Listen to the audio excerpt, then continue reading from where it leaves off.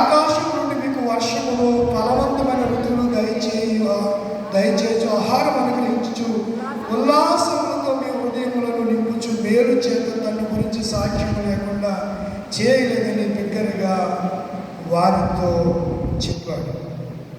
ఆయన ఏం చేశాడు? ఆయన ఎలాంటి వాడు అని అంటే ఆకాశం నుండి మీకు ఋతువులను అనుగ్రహిస్తున్నాడు, వర్షాన్ని కురిపిస్తున్నాడు అని చెప్పడం అనే విషయాన్ని పరిశుద్ధ గ్రంథంలో మనము గమనిస్తున్నాం. ఇర్మియా గ్రంథం 31వ అధ్యాయం 25వ వచనంలో 31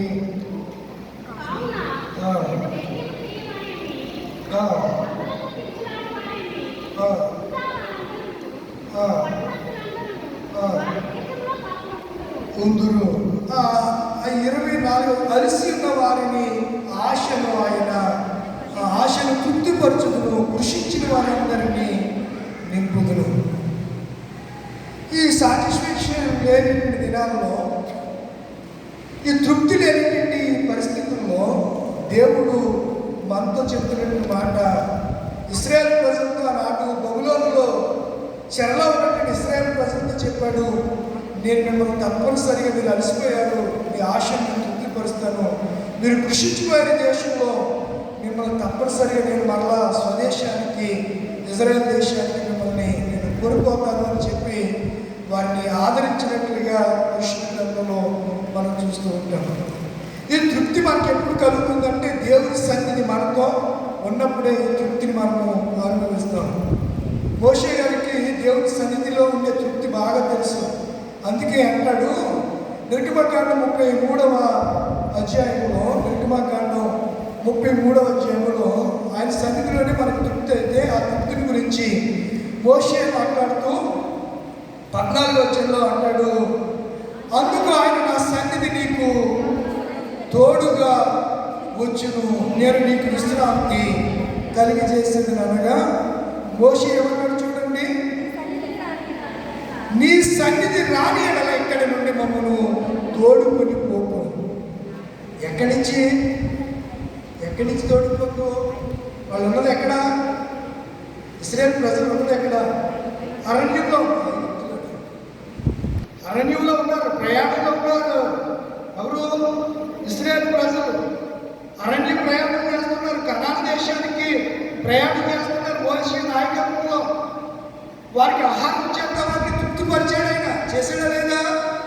ఏం కావాలంటే తాగడానికి నీళ్ళు ఇచ్చి తృప్తిపరిచాడు, తినడానికి ఆహారం ఇచ్చి, మాంసం కావాలన్నప్పుడు మాంసాన్ని ఇచ్చి తృప్తిపరిచాడు, మన్నాతో పోషించి తృప్తిపరిచాడు.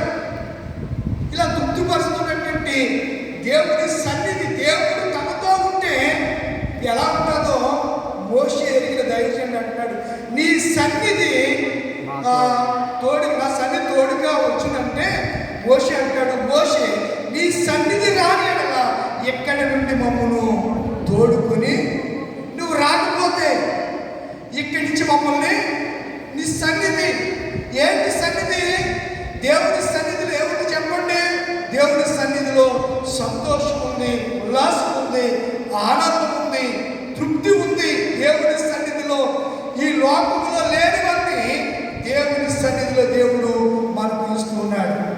లోకములో సంతోషం లేదు, లోకములో లేని దానిని దేవుడు తన సన్నిధి ద్వారా మనకు ఇస్తాడు. అందుకే మనము దేవుని సన్నిధికి ఏం చేయాలి? త్వరపడి పరుగెడి దేవుని సన్నిధికి మనము రావాలి. యేసు ప్రభు గారు అవే మాటలు మత్తయి సువార్తలో కూడా వాడికి చెప్తూ, మీరు ఆహారం గురించి వాటి గురించి మీరేం బాధపడకండి, దేహమును చంపు వానికి కాదు మీరు భయపడేది, దేహమును ఆత్మను చంపు వానికి మీరు భయపడండి అనే మాటను ఆయన చెప్పాడు. కనుక మనకి ఏం కావాలో, మన అవసరతలు ఏమిటో ఎరిగినటువంటి దేవుడు ఆయన అని నేను మీకు జ్ఞాపకం చేస్తున్నాను.